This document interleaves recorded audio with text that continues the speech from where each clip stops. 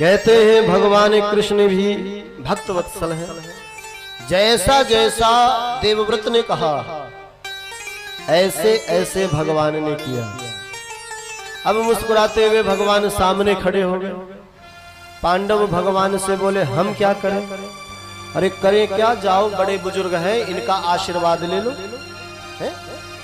इनके जीवन का कुछ अनुभव इनसे सीख लो। इनके जीवन की किस कार्य से कैसे हानि हुई और किस कार्य से लाभ हुआ, ये सब बातें सीख लो, ताकि जीवन में ऐसी गलती तुमसे ना हो और तुम उस क्रिया का संपादन करो जिससे तुम्हें सदैव आनंद की प्राप्ति हो। पांडवों ने आकर पितामह को प्रणाम किया। कहते हैं पितामह ने पांडवों को देखा, आशीर्वाद दिया। भगवान बोले बाबा जी, अब आपका कार्य पूरा हो गया हो तो इनको भी थोड़ा उपदेश कर दो, क्योंकि आपके पास जितना ज्ञान है, कर्म कांड का जितना आपको विवेक है और भक्ति में आप जिस प्रकार से पारंगत हैं, इस समय तो आपके जैसा कोई नहीं। 12 महाभागवतों में श्री देवव्रत जी का नाम आता है। ऐसे पितामह से भगवान बोले थोड़ा अपने जीवन का कुछ उपदेश इनको पांडवों को दे दीजिए कि सब ज्ञान लेकर के बांध करके जाओगे।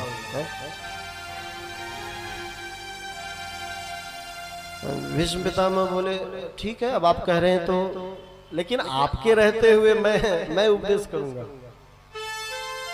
भगवान बोले तो आप बड़े हैं, आपका कर्तव्य है। भीष्म ने कहा कि प्रभु, पर मुझे तो लगता है कि आपका स्वभाव है कि अपने भक्तों को सदैव बड़ाई देते हैं। आप भी जितना उपदेश मैं जानता हूं आप भी कर सकते हैं, लेकिन मुझसे करवा रहे हो ताकि लोग कहें ये भीष्म पितामह के वचन हैं। अपने भक्त को इतना यश आप दिलाते हो, ये आपका स्वभाव है। अब आपकी आज्ञा है तो उपदेश तो मैं करूंगा, लेकिन देखो भाई पांडवों, शब्द हमारे होंगे पर ये भाव जो है, ये विचार भगवान कृष्ण के हैं। तो सबसे पहली बात, तुम्हें मनुष्य का यह शरीर मिला है, तो इस शरीर से मनुष्य को अपने आश्रम धर्म का निर्वाह करना चाहिए। पहला सूत्र है यथा वर्णम यथाश्रमम। कहते हैं अपने आचरण को, अपने जीवन के क्रियाकलापों को अपने आश्रम के अनुरूप। आश्रम 4 हैं, ब्रह्मचर्य, गृहस्थ, वानप्रस्थ और संन्यास। 4 वर्ण है, ब्राह्मण, क्षत्रिय, वैश्य, शूद्र। भीष्म कहते हैं अपने जीवन को, अपने आचरण को अपने वर्ण के अनुरूप बनाना, यह पहला उपदेश। ठीक है, ब्राह्मण है तो ब्राह्मण वाला आचरण हो, क्षत्रिय है तो क्षत्रिय वाला आचरण हो, वैश्य है तो वैश्य वाला आचरण हो, शूद्र है तो शूद्र वाला आचरण हो। फिर कहते हैं 4 आश्रम। जब ब्रह्मचर्य आश्रम में आप प्रवेश करें तो ब्रह्मचर्य व्रत का निर्वहन करना चाहिए, और जब गृहस्थ आश्रम में प्रवेश करें तो गृहस्थ आश्रम में काम का भोग इतनी करो जिससे वंश की वृद्धि हो। संसार में बुरी से बुरी चीज महाराज उतनी बुरी नहीं होती जितनी बुरी लोगों ने उसको बना दिया है। बोलिए बांके बिहारी लाल की। विषय खराब नहीं है, लेकिन विषयों को हमने बना दिया बेकार।